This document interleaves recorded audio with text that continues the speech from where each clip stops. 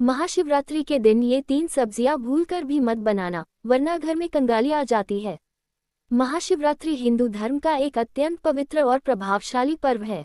ये दिन भगवान शिव और माता पार्वती के दिव्य मिलन का प्रतीक माना जाता है। इस दिन भक्त उपवास रखते हैं, शिवलिंग पर जल, दूध, बेलपत्र, धतूरा अर्पित करते हैं और पूरे दिन शिव भक्ति में लीन रहते हैं। शास्त्रों के अनुसार महाशिवरात्रि के दिन किया गया छोटा सा नियम पालन भी हजारों गुना फल देता है। वहीं छोटी सी गलती जीवन में दरिद्रता, रोग और मानसिक अशांति ला सकती है। अक्सर लोग पूजा तो विधि विधान से कर लेते हैं, लेकिन भोजन और रसोई से जुड़े नियमों की अनदेखी कर बैठते हैं, जिसका अशुभ प्रभाव सीधे घर की आर्थिक स्थिति पर पड़ता है। आज इस लेख में हम आपको बताएंगे महाशिवरात्रि के दिन कौन सी 3 सब्जियां भूलकर भी नहीं बनानी चाहिए, और यदि बन गई तो उसके क्या दुष्परिणाम हो सकते हैं। महाशिवरात्रि पर भोजन के नियम क्यों जरूरी हैं?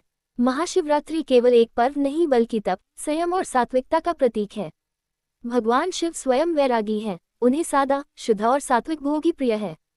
शास्त्रों में स्पष्ट लिखा है कि महाशिवरात्रि के दिन तामसिक और राजसिक भोजन करने से पुण्य नष्ट हो जाता है और नकारात्मक ऊर्जा घर में प्रवेश कर जाती है। इस दिन गलत भोजन करने से घर में धन रुक जाता है, अनावश्यक खर्च बढ़ता है, कर्ज की स्थिति बनती है, मानसिक तनाव और कलह बढ़ती है। सब्जी नंबर 1, प्याज से बनी कोई भी सब्जी। महाशिवरात्रि के दिन प्याज का सेवन या उसका उपयोग सबसे बड़ा दोष माना गया है। क्यों वर्जित है प्याज? प्याज तामसिक प्रवृत्ति की सब्जी है। ये क्रोध, वासना और नकारात्मक विचार बढ़ाता है। पूजा और व्रत के दिन यह मन को अशांत करता है। शास्त्रीय मान्यता, पुराणों के अनुसार प्याज का संबंध राहु और केतु से होता है। महाशिवरात्रि पर प्याज खाने से राहु केतु दोष बढ़ता है, धन आगमन रुक जाता है, मेहनत के बावजूद सफलता नहीं मिलती। प्याज की सब्जी बनाने का परिणाम, घर में अचानक खर्च बढ़ने लगते हैं, कमाई हाथ में टिकती नहीं, व्यापार या नौकरी में रुकावट आती है। इसलिए महाशिवरात्रि के दिन प्याज की सब्जी, प्याज का सलाद या प्याज का तड़का तीनों से बचें। सब्जी नंबर 2, लहसुन से बनी सब्जी। लहसुन को आयुर्वेद में औषधि माना गया है, लेकिन धार्मिक दृष्टि से ये तामसिक है। महाशिवरात्रि पर लहसुन क्यों नहीं? लहसुन शरीर की इच्छाओं को बढ़ाता है, ध्यान और साधना में बाधा डालता है, शिव पूजा के प्रभाव को कमजोर करता है। धार्मिक मान्यता, कहा जाता है कि लहसुन की उत्पत्ति राक्षसी ऊर्जा से हुई थी, इसलिए इसे व्रत, पूजा, साधना के दिनों में त्यागना चाहिए। लहसुन की सब्जी का दुष्प्रभाव, घर में क्लेश बढ़ता है, पति पत्नी के बीच तनाव आता है, आय के स्रोत बंद होने लगते हैं। महाशिवरात्रि के दिन अगर आपने लहसुन की सब्जी बनाई तो साल भर आर्थिक परेशानी बनी रह सकती है। सब्जी नंबर 3, बैंगन की सब्जी। बहुत कम लोग जानते हैं कि बैंगन भी महाशिवरात्रि पर वर्जित माना गया है। बैंगन क्यों अशुभ है? इसे शनि से संबंधित माना गया है। इसमें तामसिक ऊर्जा अधिक होती है, यह नकारात्मक ग्रहों को सक्रिय करता है। शास्त्रों में उल्लेख, कुछ धार्मिक ग्रंथों में बैंगन को अशुद्ध, भोग योग्य नहीं बताया गया है, विशेषकर शिव पूजा के दिन। बैंगन की सब्जी बनाने से क्या होता है?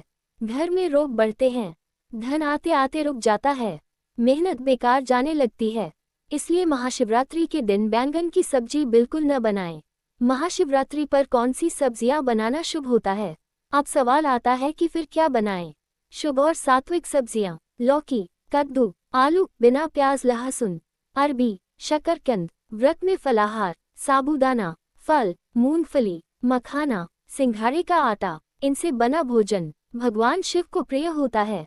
घर में सुख समृद्धि लाता है, धन के नए रास्ते खोलता है।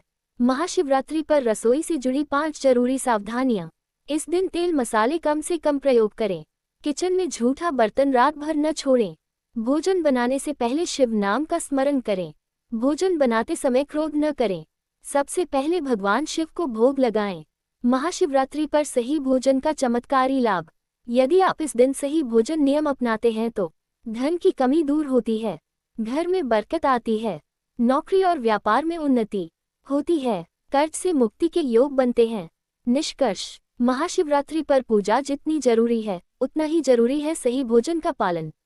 अगर इस दिन आपने गलती से भी प्याज, लहसुन, बैंगन की सब्जी बना ली तो इसका नकारात्मक असर पूरे साल तक रह सकता है। इसलिए महाशिवरात्रि पर सात्विक भोजन करें, शिव भक्ति में लीन रहें और भगवान महादेव की कृपा से अपने घर में धन, सुख और शांति को आमंत्रित करें।